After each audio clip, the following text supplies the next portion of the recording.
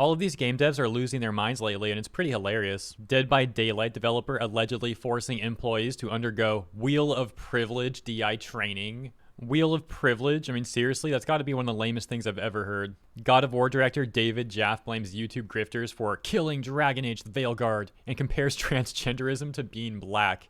Imagine being lectured about all that stuff from this dude. These are all by Fandom Pulse, by the way. They also wrote this. Avowed art director wants supporters of Donald Trump to, quote-unquote, feel the sting of shame for the rest of their putrid lives. There's so much that confuses me with these people. Why are they always so mad? And why do they always have, like, no accountability? And also, why do they always sound so lame? Like, who talks like that? Oh, their putrid lives. Oh, the wheel of privilege. And then the kicker is that these dudes are, like, in their 40s or 50s or something like that. And you would think that they would be more mature, but somehow they're not. Let's start with this Wheel of Privilege one. Look at this. Is this seriously real, dude? Unbelievable. Let's scroll up a bit. At Behavior, a large video game company in Montreal, Canada. Oh, yeah, headquarters of Sweet Baby Inc. and many other consultancy firms like them. Okay. A lot of weird stuff going on in Montreal, man. If you live there, you got my best wishes. And that's coming from someone who lives in California, so, like, I feel your pain. But yeah, continuing. Made employees undergo DI training, which includes a Wheel of Privilege, teaching that black people and fat people are oppressed. Okay, so in the center, we've got power. In the outside, we've got marginalized. Let's see some examples of this. So if you are a cisgender man, privileged, cisgender woman, a bit less privileged, trans, intersex, non-binary, marginalized. No way. If you're slim, you have power. If you're average sized, you're like in the middle. And if you're large, you're marginalized. Yeah, large people notoriously don't have any power in the world, right? There's no like large people who are powerful people as well. Yeah, right? These people are nuts, dude. Whoever made this is a complete nutcase. They say adapted from James R. Vanderwoord, Web of Oppression, and Sylvia Duckworth, Wheel of Power / Privilege. You know what? You gotta be extremely privileged to have the time to make some slop like this. We could easily spend the entire video just laughing at that thing, but there's a lot of stuff I want to cover in this one. Keep in mind, though, that that's apparently being used by the developers of Dead by Daylight, that being Behavior Interactive, once again in their apparent diversity, equity, and inclusion, that being DI training, which you can see here in the top left of the image. And so Fandom Pulse continues talking about that Duckworth person who was credited, saying, in a post to Instagram in August 2020, Duckworth explained the wheel. Oh, great, here we go. Wheels like this help us visualize what the term marginalization means. The further you are from power, the more marginalized and powerless you are. Why would anyone want to listen to this person? Why would you want some like random weirdo to tell you, oh, you're so powerless, you're so marginalized, you need our help? And so apparently Sylvia, according to what seems to be her website, is an award-winning teacher from Toronto, Canada, with more than 30 years teaching experience in the classroom. On her Instagram, it looks like she's made a number of what seems to be children's books. She's got smash hits like Trans People Exist in the Future. What does LGBTQIA+ stand for? And talking about racism. Then she's also got posts like this. Who should we be most afraid of? It looks like she wants people to be terrified of white people or something. Well, you know what? She's actually doing a pretty good job of making me terrified of her. Like, she seems like a terrible person to be around. Imagine you're like hanging out with her and she's just like, oh, that's privileged. Oh, you can't do that. Oh, that's a microaggression. I could be nonstop with this person.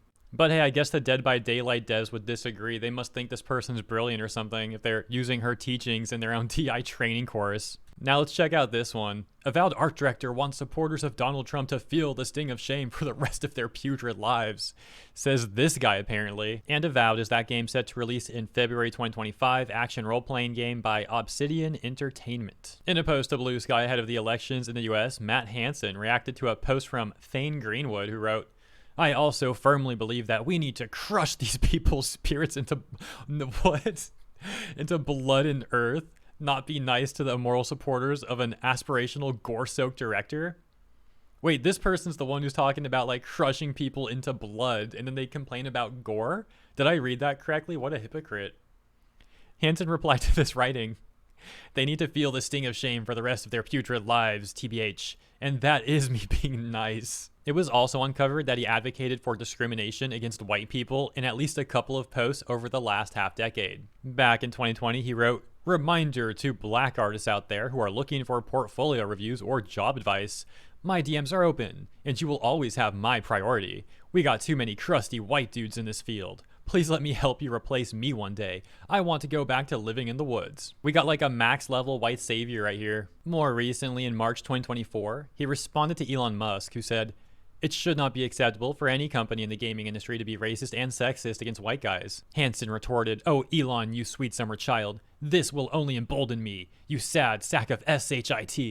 Why do you guys think there's so many of these out-of-touch people in the gaming industry? It's like non-stop lately. And that takes us back to another one, that being David Jaffe. Once again, the headline, God of War director David Jaffe blames YouTube grifters for killing Dragon Age the Veilguard and compares transgenderism to being black.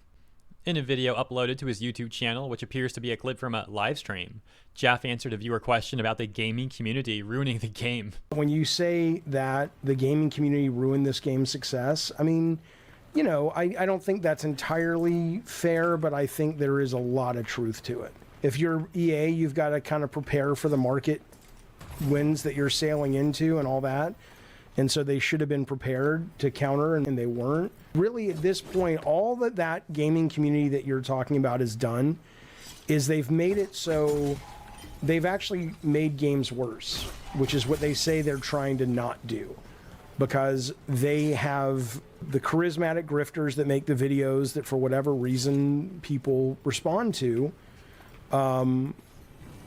People who haven't actually played this game will hate it just because they're sort of told to hate it. That take is such cope. Oh my gosh. And I've also seen a lot of the Veilguard shills on Reddit, for example, basically using the same sort of rhetoric. It's like they're incapable of accepting the fact that a lot of people don't like this game for a variety of reasons, and it's not because some random person on YouTube said like, oh, you have to dislike this game, and they're like, okay. For example, the game was already getting a ton of criticism before it was even released because the trailers that they were releasing, so many people, including a lot of Dragon Age fans, arguably even the majority of DA fans, saying they hated what happened to the Canary, many also disliking the art style overall, the graphics. Then you fast forward, and it turns out that tons of people don't like the story. They don't like the way many of the characters were depicted.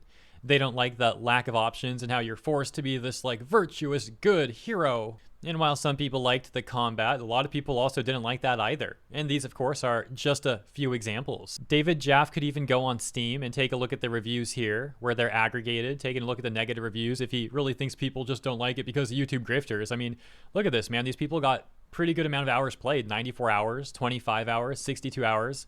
And there's like very nuanced takes here with tons of information on why these people disliked it. So yeah, let me know what you think about this David Jaffe person, director of God of War and Twisted Metal, the Avowed situation with that art director Matt Hansen, and of course also at the beginning, that situation with the Dead by Daylight devs using that whole wheel of privilege thing. I'll leave it there. Hope you enjoyed my coverage, and if you did, consider liking and or subscribing. Have a great weekend, and I'll see you in the next one.